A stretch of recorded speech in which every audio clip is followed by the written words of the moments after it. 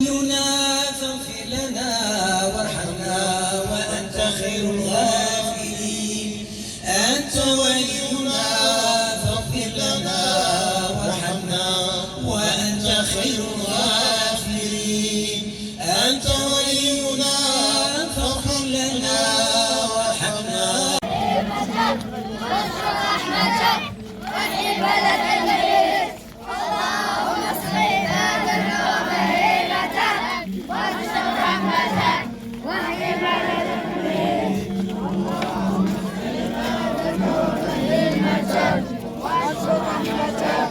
أستغفر الله العظيم إن الله غفور رحيم. أستغفر الله العظيم إن الله غفور رحيم.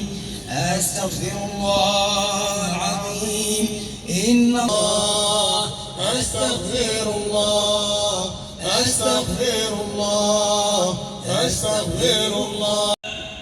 الحمد لله رب العالمين، وأشهد أن لا إله إلا الله ولي الصالحين، وأشهد أن سيدنا محمدًا عبده ورسوله المصطفى الأمين، صلى الله عليه وعلى آله وصحبه أجمعين، وعلى التابعين ومن تبعهم بإحسان إلى يوم الدين. أما بعد، فيقول الله تبارك وتعالى في محكم كتابه: يا أيها الناس أنتم الفقراء إلى الله والله هو الغني الحميد، إن يشأ يذهبكم ويأتي بخلق جديد وما ذلك على الله بعزيز. عباد الله، ما نزل بلاء إلا بذنب، وما رفع إلا بتوبة، وإن تأخر المطر عن بلادنا من أسبابه الذنوب والمعاصي وعدم التوبة النصوح والتمادي في الغي والآثام. فعلينا جميعا عباد الله أن نرجع إلى الله تعالى، فوالله إن الذنوب قد عمت والمعاصي قد طمت، وبارز الناس الله تبارك وتعالى بالذنوب وجاهروا بها واستكبروا. قال تعالى: ولقد أرسلنا إلى أمم من قبلك فأخذناهم بالبأساء والضراء لعلهم يتضرعون، فلولا إذ جاءهم بأسنا تضرعوا ولكن قست قلوبهم وزين لهم الشيطان ما كانوا يعملون. قال عمر بن عبد العزيز رحمه الله: كان يقال إن الله تبارك وتعالى لا يعذب العامة بذنب الخاصة، ولكن إذا عمل المنكر جهارا استحقوا العقوبة كلهم.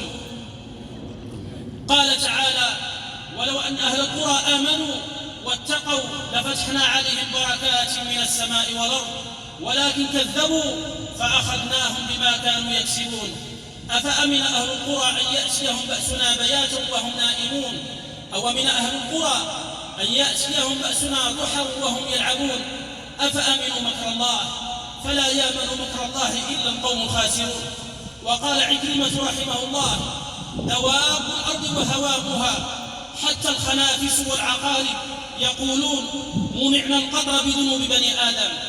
إن التوبة إلى الله مفتاح القدر بإذن الله تعالى. قال تعالى: وأن لو استقاموا على الطريقة لأسقيناهم ماء غدقا. وأقربوا أذيتكم اقتداء بسنة النبي صلى الله عليه وسلم، فإنه كان يقلب رداءه حين يستسقي تفاؤلا بقلب حال الشدة إلى حال الرخاء.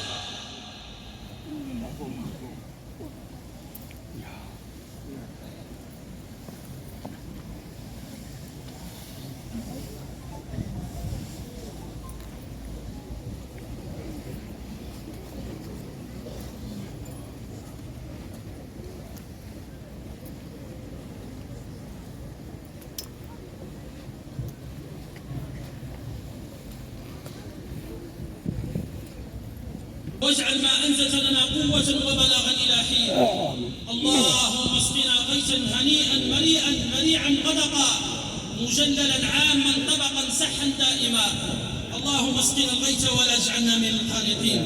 اللهم اسقنا الغيث ولا تجعلنا من القانطين. اللهم اسقنا الغيث ولا تجعلنا من القانطين.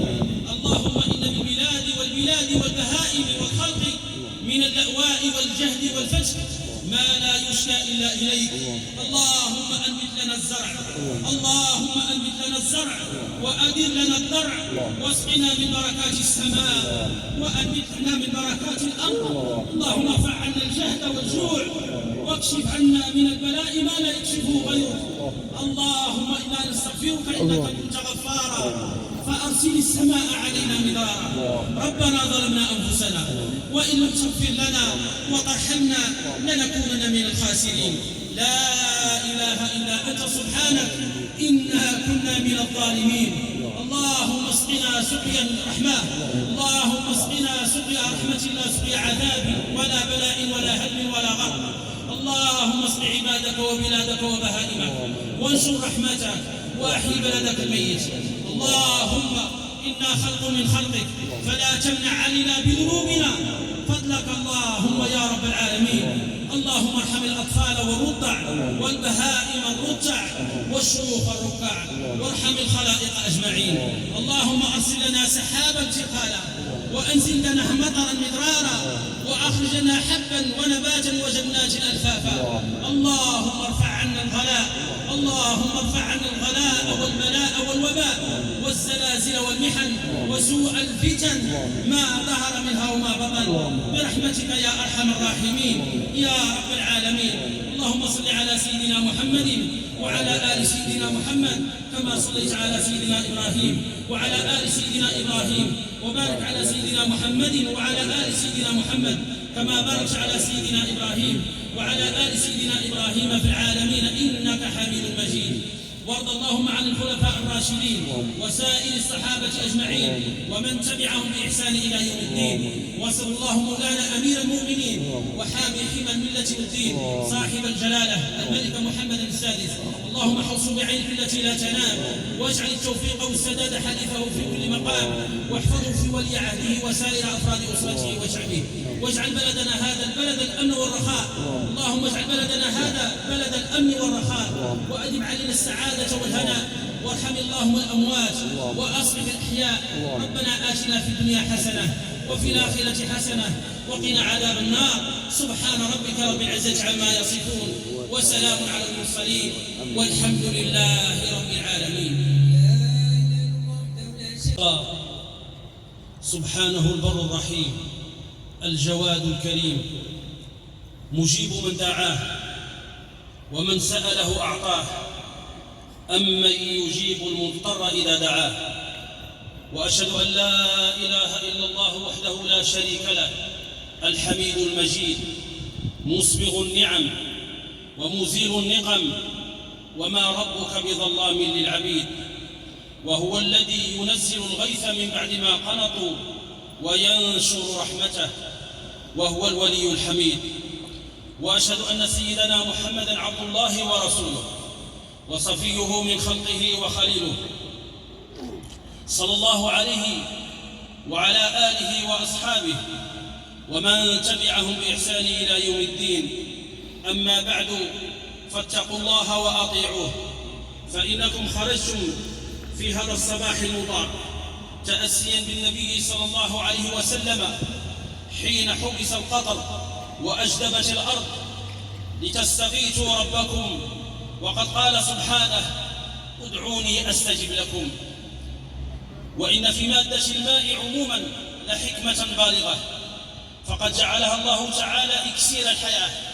لذلكم إذا تأخر نزول الأمطار هلكت الزروع والأشجار، وجفت العيون والآبار، وسقمت الأنعام، وضج الأنام، وظهر ضعفهم وافتقارهم إلى الرحيم الرؤوف. مصداق ذلك قوله سبحانه: وجعلنا من الماء كل شيء حي أفلا يؤمنون. أستغفر الله أستغفر الله أستغفر الله العظيم، إنه كان غفارا يرسل السماء عليكم مدرارا. أيها المسلمون، لا قيمة للاستغفار إذا كان مجرد لفظ يردد على اللسان، ولا أثر لصلاة الاستسقاء إذا كانت مجرد عادة تفعل في خلاء في الوقت الذي ترتكب فيه كل أنواع المحرمات. يقول ربنا تبارك وتعالى في محكم كتابه: وكم قسمنا من قرية كانت ظالمة وأنشأنا بعدها قوم آخرين.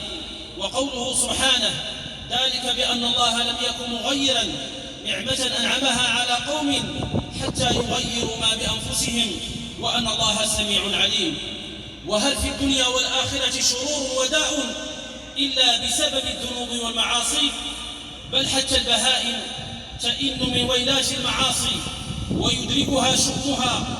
مصداق ذلك ما رواه الطبراني في تفسيره عن مجاهد رحمه الله أنه قال: إن البهائم تلعن عصاة بني آدم إذا اشتدت السنة وأمسك المطر، وتقول: هذا بشؤم معصية ابن آدم. أستغفر الله أستغفر الله أستغفر الله العظيم، إنه كان غفارا يرسل السماء عليكم مدرارا. أيها المسلمون، التوبة شرط الاستسقاء، فقد روى الإمام أحمد والترمذي وابن ماجه عن أنس بن مالك رضي الله عنه أنه قال أن رسول الله صلى الله عليه وسلم قال: كل ابن آدم خطاء وخير الخطائين التوابون، ولكن المؤمن المذنب مع ذنبه يكون ذليلا خائفا مشفقا يخشى على نفسه من شؤمه، ويلتهب فؤاده ندما وحسرا، ويرفع يده لمولاه تائبا مستغفرا، فهو من قال الله تبارك وتعالى فيهم: والذين إذا فعلوا فاحشة أو ظلموا أنفسهم ذكروا الله فاستغفروا لذنوبهم ومن يغفر الذنوب إلا الله ولم يصروا على ما فعلوا وهم يعلمون. فهلم إخوة الإيمان إلى رحمة الله وعفوه ومغفرته، واذكروا نداء ربكم جل وعلا في علاه: قل يا عبادي الذين أسرفوا على أنفسهم لا تقنطوا من رحمة الله إن الله يغفر الذنوب جميعا إنه هو الغفور الرحيم. وأقبلوا عليه بالتوبة والإنابة، وابتهلوا وتضرعوا واستغفروا، فإن الاستغفار مربوط بما في السماء من استدراك. مصداق ذلك قول الله تعالى: فقلت استغفروا ربكم إنه كان غفارا يرسل السماء عليكم مدرارا ويمددكم بأموال وبنين ويجعل لكم جنات ويجعل لكم أنهارا. نفعني الله وإياكم بالقرآن العظيم وبسنة نبيه الكريم، وأجارني وإياكم من عذابه المهين، فاستغفروه إنه هو الغفور الرحيم، والحمد لله رب العالمين.